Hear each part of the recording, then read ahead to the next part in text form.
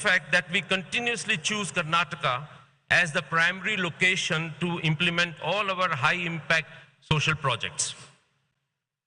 In order to maintain the current growth trajectory that Karnataka is on, I humbly request the state government to consider minerals auctions. Honorable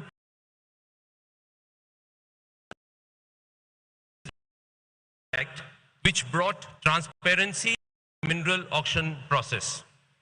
This helped generate significant revenues for the state governments such as Odisha, which was the first and the most aggressive state in auctioning the mineral assets, the mines.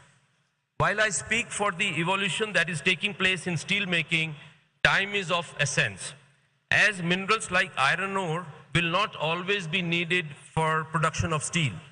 Hence, it is imperative that these assets are monetized at the earliest.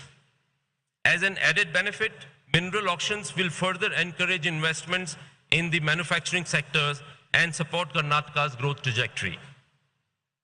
In conclusion, friends, I am confident that under the guidance of Honorable Prime Minister Shri Narendra Modi ji and the leadership of Honorable Chief Minister Shri Bommai ji, Karnataka will continue to shine higher and brighter.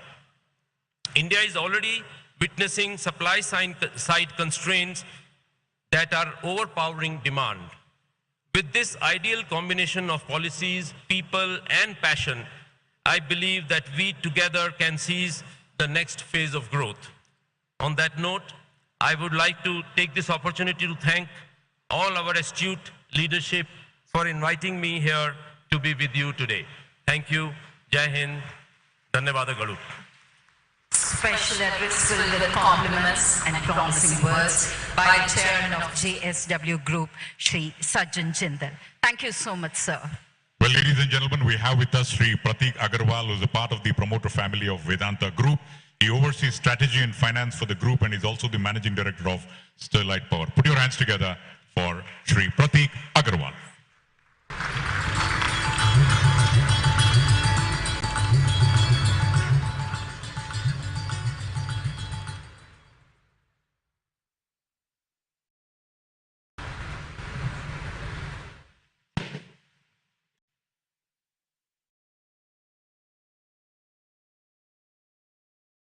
Honorable Governor of Karnataka, Honorable Chief Minister of Karnataka, Honorable Finance Minister of India, Honorable Ministers and Cabinet Ministers of the Government of India, Members of Parliament, Honorable Ministers of the Government of Karnataka, Officers of the Government of Karnataka, industry leaders and distinguished invitees. It's my greatest pleasure to represent the Vedanta Group at Invest Karnataka 2022, Global Investor Meet. Karnataka has made one of the biggest contributions to brand India globally, and Bangalore specifically has put India on the world map of technology. Karnataka has made all Indians extremely proud and continues to do so in all sectors such as software, IT, services, steel, renewable energy, and beyond. I congratulate the government of Karnataka and its able officers for creating a climate that is so conducive for investments, and we as a group are proud to be working in this state. I would first like to say a little bit about my group and then focus on the renewable power strategy in which Karnataka plays a pivotal role. Our group, the Vedanta Group, was founded on a singular goal of making India self-sufficient in critical commodities which are essential for nation building. As a result, in the last 10 years, India has turned from being a deep net importer of basic metals to a large exporter of key commodities such as zinc and aluminum. We are very, very proud of this achievement. Our next mission, ladies and gentlemen, is to reduce India's dependence on imported electronics. We will begin by manufacturing semiconductors and reduce the 16 billion import bill on this account.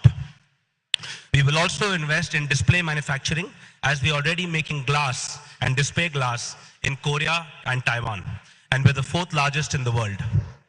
It is our dream that India should one day be a net exporter of electronics in the years to come, and I'm very, very confident that Karnataka will play a pivotal role in realizing this dream. Our group currently employs over 76,000 people across 10 countries. It has contributed over 2 lakh crores to the exchequer in the last 6 years alone, and has invested 2,000 crores in its CSR programs in the last 5 years. Nand Ghar is our flagship CSR program through which we aim to impact the lives of 7 crore children and 2 crore women across India. With more than 3,600 Nand Ghars already functioning across 14 states, including Karnataka, we are committed to developing 29,000 Nand Ghars across the country. One important accolade of which I'm personally very, very proud is that Vedanta, our group, was recently ranked number 6 on the Dow Jones Sustainability Index out of 148 mining companies in the whole world. Our journey is to build one of the most sustainable companies in the world, and the journey doesn't end here. We have committed to invest $5 billion over the next 10 years to become a net zero company by 2050, or most likely much sooner than that. Ladies and gentlemen, the next 30 years will witness a global revolution in energy. Such a dramatic change in the source of energy from fossil to non-fossil has never before been seen since the birth of electricity itself. And Karnataka today has the highest renewable generation, one of the highest renewable generation of any state in India. The future of renewable is hybrid. Plain vanilla wind or plain vanilla solar is no longer sufficient to meet the round-the-clock requirements of customers. Customers want green, affordable, and firm power. And Karnataka is the one state which has both wind and solar potential coexisting in the same state. It also has attractive sites for pumped hydro storage, which is a critical component of the round-the-clock value chain. Our group is currently building over 1,000 megawatts of wind-solar hybrid projects in Karnataka, and will export this to smelters, our own smelters, in the states of Rajasthan, Chhattisgarh, and Odisha through the interstate transmission network. This will displace millions of tons of carbon dioxide emissions and allow Vedanta to produce some of the cleanest metals in the entire developing world. Over the next 5 years, we plan to increase our renewable capacity by 10-fold and invest close to 50,000 crores into renewable generation. It is my endeavor that a large chunk of that investment will come to the state of Karnataka. Ladies and gentlemen, no energy transition is possible without power transmission.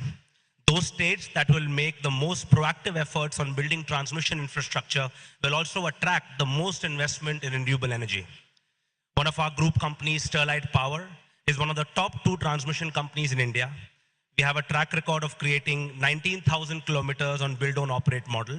And these projects have been created with zero capex from the state exchequer, at a tariff that is 40% lower than regulated tariffs, and at a speed that is 2 times faster than conventional speed. Many of our projects were built using helicranes, helicopters, drones, and therefore commissioned up to 12 months ahead of schedule. I urge the state of Karnataka to adopt this model of building interstate transmission through the PPP route. As the electricity consumption grows at double digit at your state, the state will need continuous strengthening of the grid. Many states have already tasted success with this model. We are already developing 2 critical transmission lines in your state, one connecting your state to Kerala and one connecting it to Maharashtra via Goa. Both these lines are critical for exchange of renewable energy in the coming years, and we are very confident of receiving all possible support from your government for timely execution of these projects. To conclude, I would like to say that as a country, we are the 3rd largest carbon emitter in the world. We have a responsibility towards decarbonization. Yes, on a per capita basis, we have probably played a very small part in causing this problem, but we have a chance to play a large part in reversing this climate change issue. Our country, under the able leadership of our Prime Minister, Shri Narendra Modi ji, is already seen as a global leader in tackling climate change. The Vedanta Group is very, very passionate about this cause and is very excited to partner with the state of Karnataka to make India a global leader in energy transition. On behalf of my group, I once again would like to thank the state of Karnataka for inviting us here today. We are looking forward to growing our presence in this land of opportunity. And I invite all my friends in the audience to choose Karnataka as their #1 destination for investments. Thank you very much.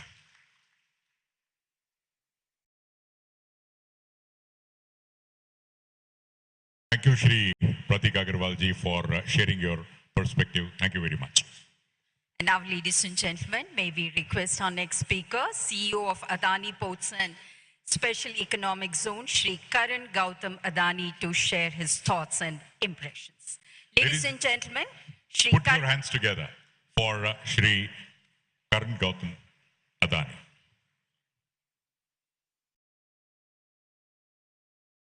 Honorable Governor of Karnataka, Shri Gehlot ji, Honorable Chief Minister of Karnataka, Shri Bommai ji, Honorable Union Cabinet Minister, Srimati Nirmala Sitaram ji, Shri Piyush Goyal ji, Shri Prahlad Joshi ji, Honorable Ministers of State, Shri Rajiv Chandrasekhar ji, Honorable Minister Dr. Nirani, Shri Nagraj ji, Dr. Narayan ji, Honorable Chief Secretary of Karnataka, senior leaders of government, captains of industries, and my dear friends. A very good morning to everyone. It is an honor to be here at the Invest Karnataka 2022 Summit and speak at the Global Investor Meet before so many luminaries from the political, social, and entrepreneurial world. To me, this distinguished gathering represents in many ways the irresistible attractive business diversity of Karnataka, now one of our nation's hottest investment destinations. Just 50 years ago, when Karnataka was still called Mysore, this state was all about silk and sandalwoods and all-weather tourism, with an abundance of divinely beautiful monuments, temples, and jungle trails. Today, even as it continues to pull in visitors from millions, Karnataka is also attracting the best brains in the country, tech-savvy youngsters drawn by stunning aggregation of research, innovation, and development in information technology. Honorable Chief Minister, your government's alignment with our nation's vision to become the world's digital hub has produced unprecedented growth in Karnataka. $65 billion worth of IT exports, around a third of our nation's total, is undeniable validation of your state's and our nation's rising growth trajectory. And it is also very clear that our intention to build for world is eminently practical.